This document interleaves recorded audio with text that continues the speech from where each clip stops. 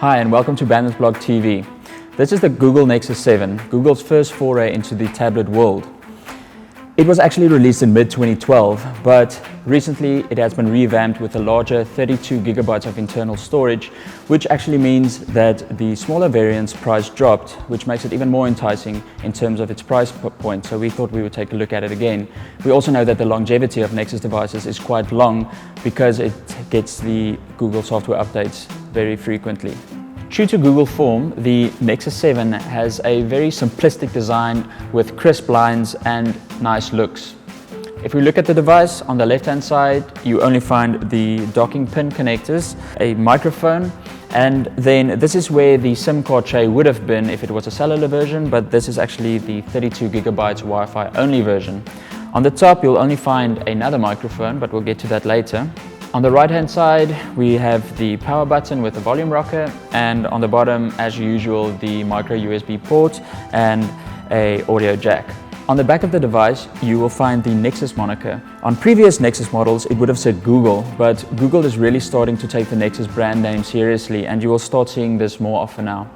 You will also find the ASUS moniker, which is at the company that actually manufactured the product, and it has a very wide speaker at the bottom, which we really like because it's very hard to cover up the entire speaker and the sound is very good. Previously, with devices of this price point, we've seen some pretty shoddy design in terms of design quality, and in this case it's not true at all. It does really feel like a premium device, even despite the price. The rubberized back is very, very durable, and we found it extremely difficult to scratch or damage in any way or form. Because the Nexus 7 isn't as wide as the iPad mini, it is actually a bit easier to hold in one hand and to scroll with the other. Other than how the device feels in the hand, we also noticed that it dissipates heat very well.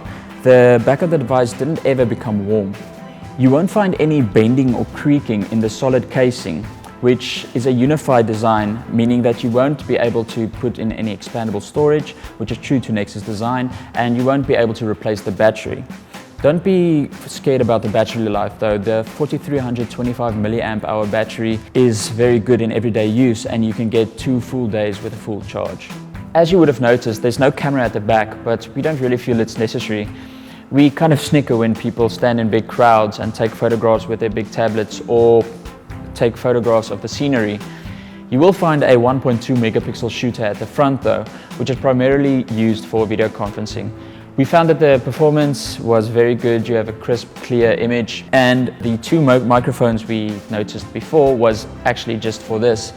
It means that whether you're in landscape mode or in a portrait orientation, you will always have one of the 2 microphones open, which means you'll never get that muffling sound that you do sometimes over Skype.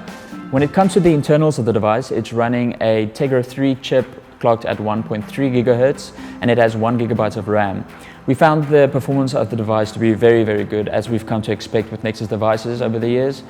And mostly we know that's because of Project Butter, which we first saw with Android 4.1 Jelly Bean.